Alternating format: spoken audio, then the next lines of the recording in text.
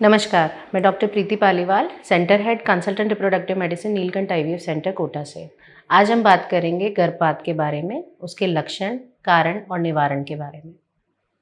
गर्भपात यानी अबॉर्शन किसी भी महिला के गर्भ में पल रहे शिशु को पहले 20 हफ्तों में नेचुरल तरीके से यानी कि नॉर्मल तरीके से या फिर किसी मेडिकल प्रक्रिया द्वारा समाप्त करने की एक प्रक्रिया है। इसे हम अबॉर्शन कहते हैं। गर्भपात के कई कारण हो सकते हैं, जिनमें प्रमुख हैं मेडिकल समस्याएं, मानसिक तनाव या गर्भस्थ कारण। मेडिकल समस्याओं में यदि महिला को कोई भी मेडिकल इलनेस है, जैसे कि अनकंट्रोल्ड डायबिटीज़, अनकंट्रोल्ड थायराइड या अनकंट्रोल्ड ब्लड प्रेशर, ऐसे में गर्भपात होना आम बात है। यदि महिला के गर्भाशय में विकार है, जैसे कि यूनिकॉर्नुएट यूट्रस है, सेप्टेट यूट्रस है या महिला के गर्भाशय में बड़ा फाइब्रॉइड है, तो ऐसे में भी गर्भपात होने की समस्या देखी गई है। यदि महिला के गर्भाशय में संक्रमण है, तो भी ये गर्भपात का कारण हो सकता है। मानसिक तनाव, यदि मानसिक परेशानी और तनाव से महिला जूझ रही है, तो इसका बुरा असर या नकारात्मक असर गर्भस्थ शिशु पे पड़ता है और ये गर्भपात का कारण हो सकता है।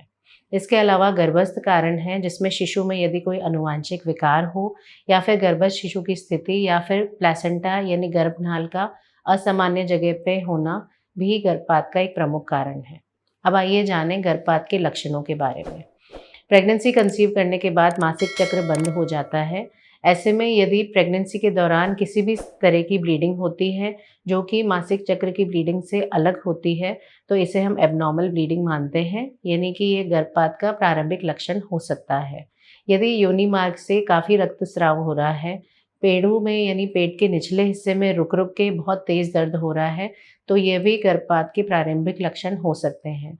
यदि महिला को प्रेगनेंसी कंसीव करने के बाद इस तरह के कुछ भी लक्षण महसूस होते हैं, तो उन्हें तुरंत डॉक्टरी परामर्श या सलाह लेना चाहिए, ताकि गर्भपात को इनिशियल स्टेज पे यानी प्रारंभिक दौर में रोका जा सके और गर्भस्थ शिशु को के विकास में मदद की जा सके। अब आइए जानें इसके निदान के बारे में। आपको जब भी इस तरह के लक्षण महसूस हों प्रेगनेंसी के दौरान में, तो आपको डॉक्टर से परामर्श लेना चाहिए।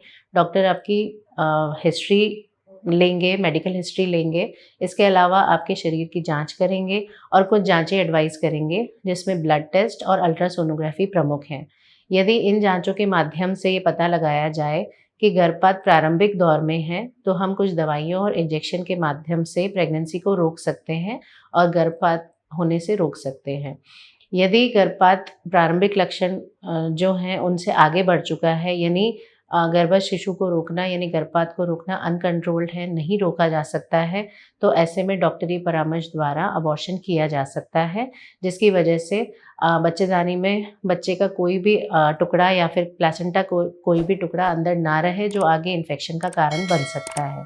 तो यदि आप इनमें से किसी भी लक्षणों से जूझ रहे हैं, तो तुरंत अपने डॉक्टर से परामर्श करें, उनके द्वारा प्रिस्क्राइब दवाइयाँ लें और जांचें कराएं, जिससे ये पता लगाया जा सके कि गर्भपात को हम रोक सकते हैं या नहीं रोक सकते हैं। आगे आप गर्भपात के बारे में और कोई जानकारी जानना चाहें, तो नीचे दिए गए नंबर पे हमें मैसेज कर सकते हैं, कॉल कर सकते हैं या हमारे सेंटर पे आकर हमसे परामर्श ले सकते हैं। धन्यवाद।